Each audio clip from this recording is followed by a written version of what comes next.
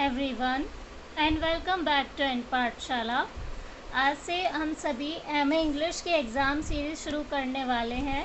ये MA English 4th semester का syllabus है पूरा, और कुछ यूनिवर्सिटीज़ ने जैसा कि एग्ज़ाम अनाउंस कर दिए हैं, तो यदि आपके टॉपिक्स मेरे टॉपिक से सिमिलर हैं तो आप इससे रिवाइज कर सकते हैं।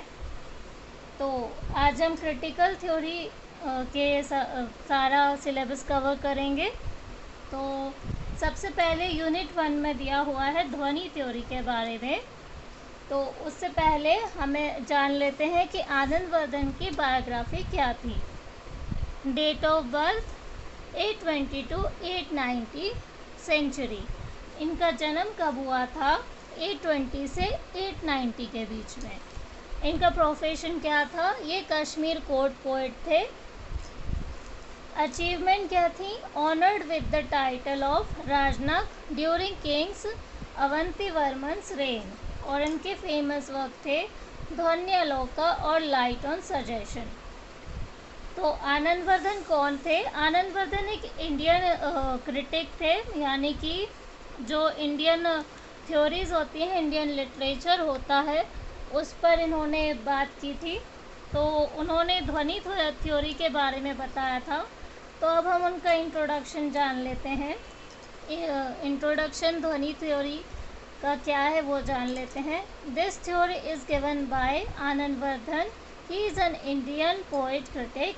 In his theory, he explained that only just observing body of poem, a poet should focus on ध्वनि means suggestion और solo poetry. तो जैसा कि आप सभी ने ध्वनि वर्ड सुना ही होगा कि ध्वनि का मतलब होता है साउंड, और लैंग्वेज की सबसे छोटी यूनिट को कहा जाता है ध्वनि। तो इन्होंने क्या बताया अपनी थ्योरी में कि जैसा कि अदर पोइट्स क्या प्रेफर करते हैं, वो सोचते हैं कि पोएट में अगर पोएम में सिर्फ मेटाफर्स, फिगर ऑफ स्पीच, अलंकार वगैरह दिए हुए हैं तो इतना ही बहुत होता है। पर आनंदवर्धन कहते हैं कि पोएम का ये मतलब नहीं है। पोएम के अंदर हमें उसका जो डीपर मीनिंग है वो जानना चाहिए। जो पोएट्री में जो सोल है, ध्वनि को यहाँ क्या कहा गया है? सोल कहा गया है। पोएम के अंदर जो इनसाइड, जो उसका बहुत डीपर मीनिंग है, सजेस्टिव मीनिंग है, वो हमें पता होना चाहिए।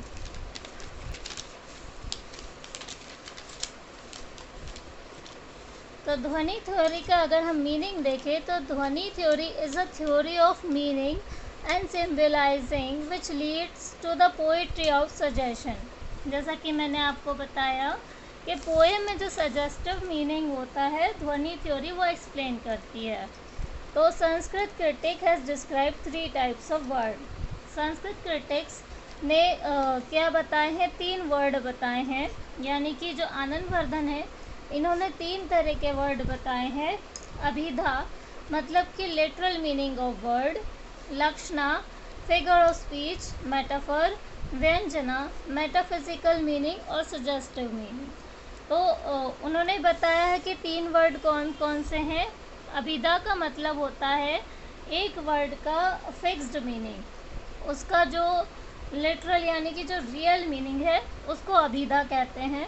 लक्षणा का मतलब होता है फिगर ऑफ स्पीच, अलंकार को ही हम फिगर ऑफ स्पीच कहते हैं। जैसे कि मान लीजिए फिगर ऑफ स्पीच, अलंकार का बेसिकली मतलब होता है कि किसी भी पोएट्री को सजा देना, उसे हम फिगर ऑफ स्पीच या मेटाफर कहते हैं। और लक्षणा भी वहाँ पर उसका वही मतलब है। व्यंजना का मतलब है सजेस्टिव मीनिंग। तो यहाँ पे व्यंजना जो होती है वो पोएट्री की सोल तक जाती है। ठीक है, अब बात कर लेते हैं 3 टाइप्स ऑफ ध्वनि की, कि वो कौन कौन सी 3 टाइप्स ऑफ ध्वनि है। फर्स्ट है वास्तु ध्वनि, यानी कि rare fact on ideas implied. जब भी कभी हमें किसी पोएम में किसी तरीके का ऐसा फैक्ट मिलता है जो बिल्कुल अलग है, हटके है, तो उसे हम वास्तु ध्वनि कहते हैं। अलंकार ध्वनि मैंने बताया ही है, फिगर ऑफ स्पीच, पोएट्री का हिस्सा होता है फिगर ऑफ स्पीच। रसाध्वनि, रसाध्वनि क्या है? यह रस का मतलब है इमोशंस। रस और इमोशन इज इवोक्ड। जब हमें पोएट्री का इमोशन फील होता है तो उसे हम कहते हैं रसाध्वनि। ठीक है, तो अब बढ़ते हैं आगे। प्री ध्वनि थॉट्स, पहले लोगों के ध्वनि पर क्या विचार था? Many Indian authors such as Bharata Muni, Bhamaha Mammata believes only in the body of poem. जैसा कि हम पहले ही बता चुके कि आनंदवर्धन ने क्या किया था, अपनी थ्योरी से इंडियन ऑथर्स को क्रिटिसाइज किया था। उन्हें ये बताया था कि पोएम को खाली बॉडी तक सीमित नहीं होना चाहिए। आनंदवर्धन एक्सप्लेन सुपरमेसी ऑफ ध्वनि। आनंदवर्धन ने बताया कि ध्वनि की क्या इम्पोर्टेंस है, ध्वनि थ्योरी की पोएम में क्या इम्पोर्टेंस है। तो अब चलते हैं हमारे second unit, criticism of I A Richard. तो सबसे पहले हम आई ए रिचर्ड की बायोग्राफी देख लेते हैं। इनका पूरा नाम था आइवर आर्मस्ट्रॉन्ग रिचर्ड। इनका क्या नाम था? Ivoire Armstrong Richard. इनकी डेट ऑफ बर्थ थी 26 फरवरी 1893 और इनकी डेथ हुई 7 सितंबर 1979। इनका करियर क्या था? ये एक इंग्लिश एजुकेटर यानी कि प्रोफेसर थे, लिटरेरी क्रिटिक थे, पोएट थे एंड रेटोरिशियन थे। और इनके फेमस वर्क क्या क्या थे? Principle of literary criticism, practical criticism, first involve psychology in literature. ये वो पहले इंसान थे जिन्होंने साइकोलॉजी को लिटरेचर में इंक्लूड किया। और इसी के साथ इन्होंने लिटरेरी क्रिटिज्म के ऊपर बात की, उस पर प्रैक्टिकल्स किए, इसलिए प्रैक्टिकल क्रिटिज्म भी इनका एक फेमस वर्क है। तो अब हम बात करते हैं उस बारे में कि इन्होंने क्या बताया। तो उन्होंने बताया 2 यूजेस ऑफ लैंग्वेज, लैंग्वेज के 2 इस्तेमाल के बारे में बताया। जैसा कि हम जानते हैं कि इन्होंने साइकोलॉजी को लिटरेचर में इन्वॉल्व किया था, तो इन्होंने क्या यूज़ बताया? एक साइंटिफिक यूज़ बताया और एक इमोटिव यूज़ बताया। तो साइंटिफिक यूज़ क्या है और इमोटिव यूज़ क्या है, ये हम एक एग्जाम्पल से समझते हैं। फॉर एग्जाम्पल लिखा हुआ है दिस चेयर इज़ नाइस। किसी ने आपसे कहा दिस चेयर इज़ नाइस, और एक सेकेंड सेंटेंस है who will next rule the chair of Delhi. तो यहाँ पे जो चेयर है उसके 2 मीनिंग हो गए। एक तो एकदम उसका जो फिक्स्ड मीनिंग है, मतलब कि अपनी बात को कुछ इस तरीके से कह दिया कि उसका दूसरा मीनिंग हमें नहीं दिख सकता, मतलब कि वो बहुत लॉजिकल हो गया। और दूसरे में जो हम बात कह रहे हैं उसका इमोशन से विशेष रिलेशन है, डीपर उसका मतलब है। जैसे कि लिखा है who will next rule the chair of Delhi. यहाँ चेयर का क्या मतलब हो गया कि दिल्ली पे कौन शासन करेगा। तो आई होप आपको ये समझ आया होगा कि हम यहाँ किस तरीके से लैंग्वेज का यूज़ बता रहे हैं। चलिए अब देखते हैं कि उन्होंने और क्या बताया। He also explain functions of language. उन्होंने क्या किया? लैंग्वेज के फंक्शंस बताए, जिसमें था sense, feeling, tone and intention, मतलब कि राइटर का एम क्या होता है। तो his whole concept explains that language is much more than theory. अब इन्होंने क्या कहा कि लैंग्वेज का थ्योरी से भी ज़्यादा और डीपर मीनिंग होता है। There should be a practical observation and he said that literature only doesn't depend on readers thinking.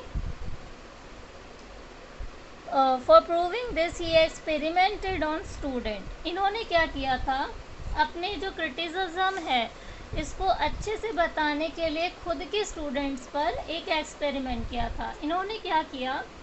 इनके जो स्टूडेंट्स थे, जब ये उन्हें कोई भी चीज़ समझाते थे या उन पर एक्सपेरिमेंट करते थे, तो वो क्या करते थे? वो एक लिटरेचर की बुक लाते थे किसी भी ऑथर राइटर की, और उसमें से उस राइटर का नाम, बायोडाटा सब हटा देते थे और सिर्फ पोएम उनके सामने रख दिया करते थे, ताकि वो ये जान सकें कि मतलब ये उन्हें रीडर को भी बता सकें और ख़ुद भी एनालाइज कर सके कि एक लिटरेचर को लेके लोग क्या धारणा बनाते हैं। तो इन्होंने ये बताया कि जस्ट एक राइटर का नाम आपको पता हो जाता है तो आप जजमेंट पास करने लगते हैं लिटरेचर के ऊपर। आप कहने लगते हैं कि यार ये तो सबको पता है, ये तो कुछ भी लिख दिया। मतलब हमें राइटर के बारे में पता होता है तो हम उस पर्टिकुलर सिचुएशन में एकदम वहीं सीमित रह जाते हैं। हम उसे राइटर से कंपेयर करने लगते हैं रादर देन जो उसने लिखा हुआ है। तो ये बताते हैं कि आपके लिए टेक्स्ट इम्पोर्टेंट होना चाहिए राइटर से ज़्यादा। तो रीडर की जो पर्सनल जजमेंट है वो ना हो, इसके लिए इन्होंने ये वाला क्रिटिसिज्म दिया। इन्होंने प्रैक्टिकल क्रिटिसिज्म के बारे में बताया। अब अगला पढ़ते हैं। He explain 4 phases of his criticism. इन्होंने क्या किया, 4 phases में काम किया था। तो पहले फेज़ में इन्होंने पोएट्री को क्रिटिसाइज़ किया और इसमें से उन्होंने टी.एस. एलियट से प्रेरणा ली, जी.एम. हॉपकिन और एजर पाउंड से। ये 3 लोग थे जिनसे ये काफ़ी ज़्यादा इंस्पायर्ड थे। टी.एस. एलियट के बारे में सभी जानते हैं। टी.एस. एलियट खुद एक प्रोफेसर थे। अब सेकेंड फेज़ के बारे में जान लेते हैं। 1940s में उन्होंने नॉवल पे काम करना चालू किया और इस बार वो इन्फ्लुएंस हुए जेन ऑस्टन से, जॉर्ज एलियट से, हेनरी जेम्स से, डी.एच. लॉरेंस से और चार्ल्स डिकेंस से।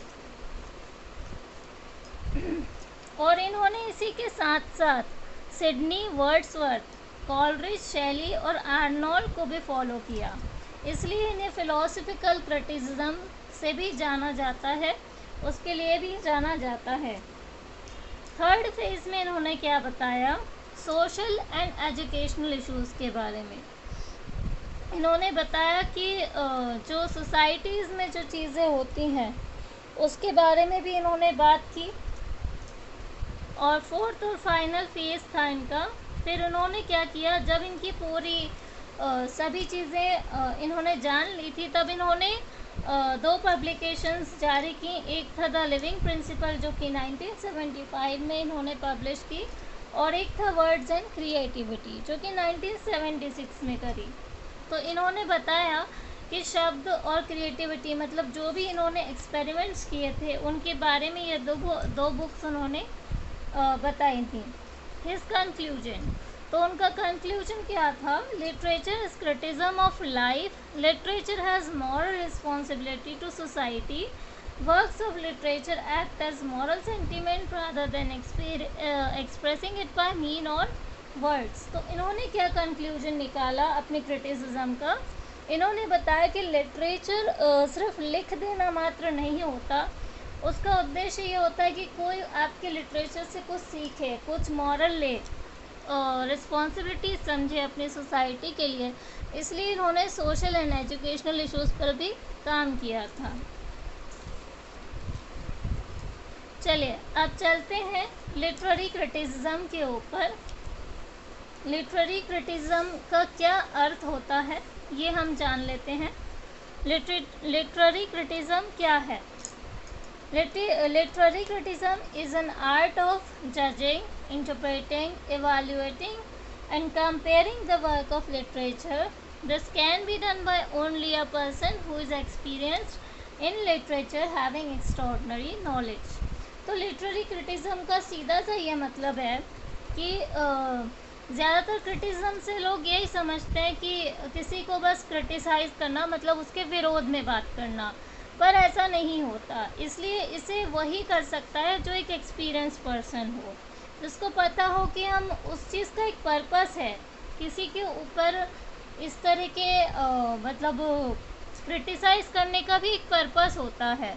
तो ये क्या है, ये एक आर्ट है, art of judging, interpreting, evaluating and comparing the work of literature. तो अब हम ये जान लेते हैं कि लिटरेरी क्रिटिसिज्म कैसे स्टार्ट हुआ था, इसकी क्या हिस्ट्री है। तो फर्स्ट है आपका classical and medieval criticism. Classical और मेडिवल क्रिटिसिज्म क्या क्या है, इसमें क्या क्या हुआ था। सबसे पहले संस्कृत नाट्य शास्त्र, जो भरत मुनि, हमने अपने पिछले सेमेस्टर में इसके बारे में पढ़ा हुआ है कि संस्कृत नाट्य शास्त्र जो भरत मुनि द्वारा लिखा गया, इसे भी क्रिटिसिज्म में इंक्लूड किया जाता है। Work of Plato and Aristotle, जो कि ग्रीक फिलोसफर थे। ग्रीक फिलोसफर्स का भी लिटरेचर में काफ़ी बड़ा हाथ है। अब उसके बाद रेनेसा, इसे कई लोग गलत प्रोनाउंस करते हैं, इसे रेनेसा कहते हैं। रेनायंस ऐसा कुछ नहीं है, इधर NCE साइलेंट है, इसलिए इसे रेनेसा क्रिटिज्म कहते हैं। और इसमें भी एरिस्टोटल शामिल थे, और इनकी एरिस्टोटल के बारे में लोडोविको कैस्टेल वेट्रो ने बताया। और उसके बाद फिर आया एनलाइटमेंट क्रिटिज्म। एनलाइटमेंट का मतलब समझ ही चुके होंगे आप। एनलाइटमेंट का मतलब होता है कि नॉलेज पा लेना। यहाँ पे एजुकेटेड राइटर्स का ट्रेंड चालू हुआ, लोग पढ़े लिखे हो गए, तो फिर यहाँ से एनलाइटमेंट क्रिटिसिज्म चालू हुआ। नेक्स्ट है आपका romantic criticism. Romantic criticism 19th century में चालू हुआ था, और इसमें मैथ्यू और आर्नोल्ड जो थे, ये सबसे ज़्यादा पॉपुलर थे। चलिए आगे बढ़ते हैं। अब द न्यू क्रिटिसिज्म, ये बहुत ही इम्पोर्टेंट पॉइंट है। ये न्यू क्रिटिसिज्म जो है, ये हमारी पूरी लिटरेचर में सबसे ज़्यादा इम्पोर्टेंट है। तो इसे एंग्लो अमेरिकन क्रिटिसिज्म भी कहा जाता है, एंग्लो अमेरिकन क्रिटिसिज्म। तो न्यू क्रिटिसिज्म का क्या अर्थ है? बेसिकली जब क्रिटिसिज्म स्टार्ट हुआ था, तो लोग बस वर्ड्स पर या टॉपिक्स पर ही फोकस करते थे। अब जब न्यू क्रिटिसिज्म आया, तो इसमें जो था कि लोगों ने क्या किया, जैसा कि मैंने आपको बताया ही था, T.S. एलिट, एलन टेट और I.A. रिचर्ड, ये 3 नाम ऐसे थे जिन्होंने इस पे काम किया। इन्होंने क्या किया, टेक्स्ट को प्रायोरिटी दी कि टेक्स्ट में जो लिखा है, एक मतलब रीडर को उससे मतलब होना चाहिए, रादर देन कि किसने क्या लिखा, किसने अपने पर्सनल लाइफ से क्या जोड़ के लिखा। आइए एक नोट पढ़ते हैं। लिटरेरी थ्योरी और critical theory is different. Literary theory और critical theory is different from literary criticism. जैसा कि मैंने बताया कि लिटरेरी थ्योरी या क्रिटिकल थ्योरी, ये सिर्फ इसका ये मतलब नहीं है कि किसी की बस आलोचना करना। तो ये जो है लिटरेरी क्रिटिसिज्म से बिल्कुल अलग टॉपिक है। लिटरेरी क्रिटिसिज्म जो है वो क्रिटिकल थ्योरी का एक पार्ट है। चलिए आगे बढ़ते हैं। अब क्रिटिसिज्म में जो F.R. लेवीज हैं, इनका भी बहुत योगदान रहा है, और इनकी बायोग्राफी जान लेते हैं। इनका पूरा नाम था फ्रैंक रेमंड। इनकी डेट ऑफ बर्थ थी 14 जुलाई 1895 टू 14 अप्रैल 1978। और एजुकेशन और करियर में इन्होंने क्या किया, ये भी कैम्ब्रिज यूनिवर्सिटी में एक प्रोफेसर थे, और जो कि इंग्लैंड में था, और उनके कॉलेज का नाम था डाउनिंग कॉलेज। इनके कुछ फेमस वर्क थे, जिसमें से पहला था new bearing in English poetry, जो कि 1932 में पब्लिश हुआ, और the great tradition 1948।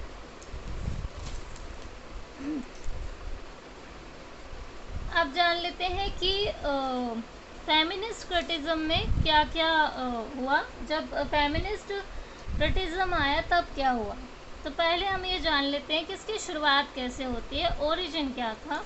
The word feminism was first coined by Charles Fourier and is derived from Latin word feminia, means women. Thus feminism means fighting for women's right. तो यहाँ पर क्या हुआ, फेमिनिज्म जो वर्ड है, I hope आजकल तो बड़ा कॉमन है, सभी को पता है इसका अर्थ क्या होता है, बट स्टिल फेमिनिज्म का फिर भी लोग गलत मीनिंग निकालते हैं। तो पहले ये जान लेते हैं इसे किसने कॉइन किया था। इसको कॉइन किया था चार्ल्स फूरियर ने। किसने कॉइन किया था? चार्ल्स फूरियर ने। और ये जो वर्ड है फेमिनिज्म, ये आया है फेमिनिया वर्ड से, जिसका मतलब होता है विमेन। तो फेमिनिज्म का क्या अर्थ हुआ? Fighting for women's right, women's right के लिए फाइट करना। कई लोग इसका अर्थ ये समझते हैं कि फेमिनिज्म का मतलब है केवल एक वुमेन का बिहेवियर, बट वो रियलिटी नहीं है।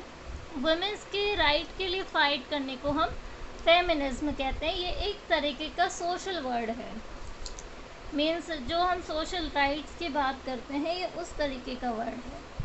तो इसमें क्या हुआ था, 4 वेव्स आई थी। फर्स्ट वेव में क्या हुआ था, फ्रेंच रेवोल्यूशन 1789 में शुरू हुआ, जब वुमेन्स को कोई वोटिंग राइट्स नहीं थे और इसे सफरेज मूवमेंट भी कहा जाता था। तो इसके लिए मैरी वुllstonecraft, जो कि ग्रैंड मदर हैं ब्रिटिश फेमिनिज्म की, ये आगे आई थी और इन्होंने कुछ पब्लिकेशंस दी, thinking about women, sexual politics and the female eunuch. इस वर्ड को हम प्रोनाउंस करते हैं यूनेक, इसकी स्पेलिंग है EUNUCH। फिर सेकेंड वेव आई जिसे हम गायनोक्रिटिसिज्म भी कहते हैं। गायनोक्रिटिसिज्म फेमिनिस्ट क्रिटिसिज्म में सबसे ज़्यादा इम्पॉर्टेंट है, इससे कई क्वेश्चन आ सकते हैं एग्ज़ाम में। तो इसमें क्या हुआ, जैसे कि गायनो वर्ड सभी को पता है, गायनो का अर्थ क्या होता है। तो यहाँ पे रिप्रोडक्टिव राइट्स की बात होती थी।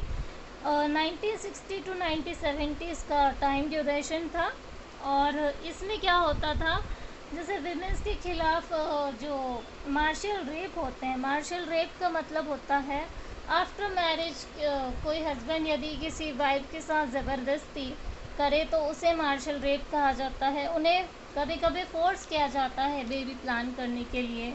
तो इस तरह के जो सोशल एक्सप्लॉयटेशन है जो फीमेल्स के लिए किया जाता है, जो महिलाओं के साथ शोषण किया जाता है, उसे मार्शल रेप कहते हैं।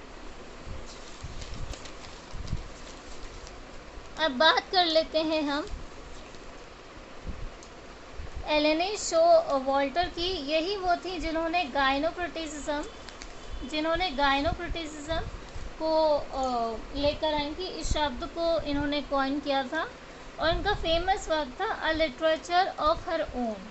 और इसी के साथ इनके साथ एक और थी कैरल हैरिस। ये कौन थी, एक रेडिकल फेमिनिस्ट थी और इन्होंने भी एक publication the personal is political.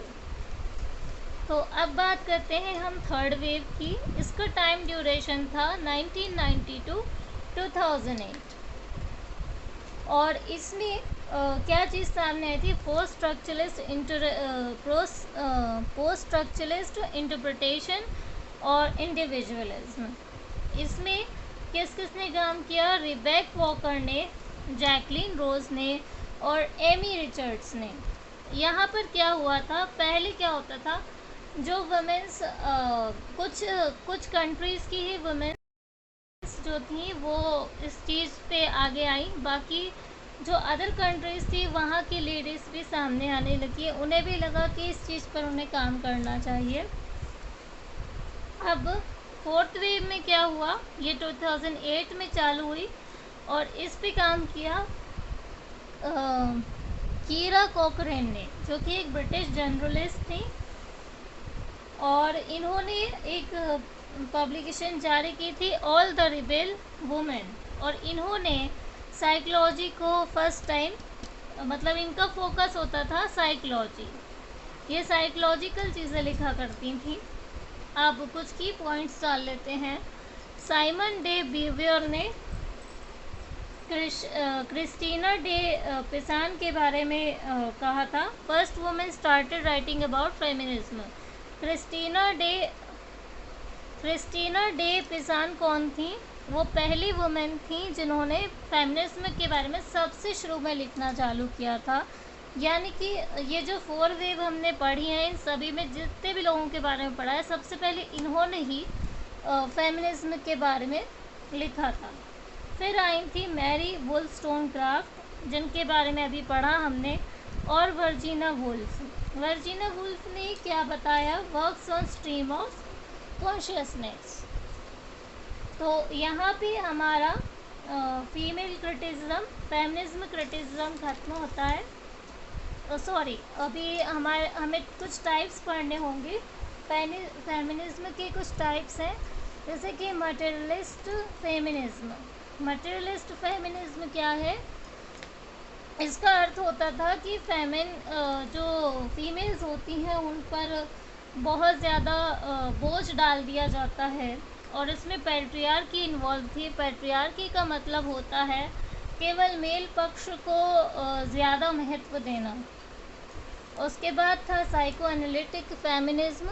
Psycho analytic feminism भी आया, जिसमें manipulation and controlling of women के बारे में बताया है, मतलब उन्हें साइकोलॉजिकली बहुत ज़्यादा परेशान करना, वो यहाँ पर बताया गया। एंड फिर आया कल्चर फेमिनिज्म, जिसमें एक कल्चर होता है हमारे, सभी कहते हैं कि औरतें नाजुक होती हैं, मर्द ताकतवर होते हैं, उस पर बात की गई है, तो वो ना हो इसके ऊपर काम किया गया। और फिर इको फेमिनिज्म आया। इको मतलब नेचर।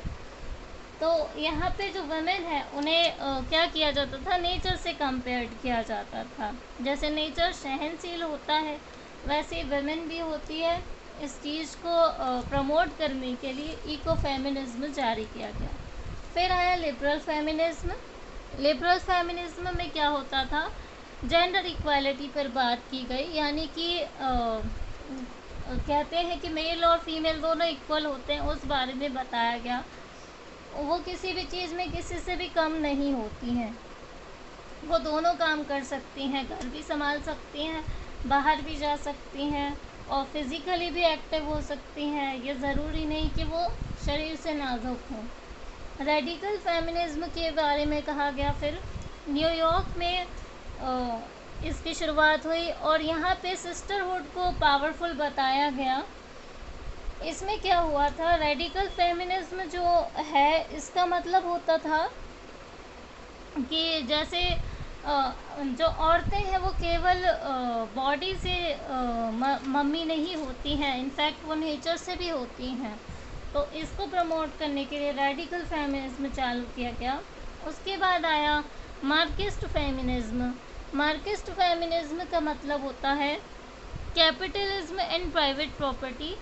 इसमें ये बताया गया कि जैसे प्रॉपर्टीज़ पर भी बात होती है वुमेन्स को लेकर, कि उनका इन चीज़ों पे अधिकार नहीं होता है, जो फैमिली में जो मेल है वही सब रहेगा। तो उस पर कार्ल मार्क्स और फ्रेडरिक ने एक बुक लिखी थी, origin of family, private property and the state.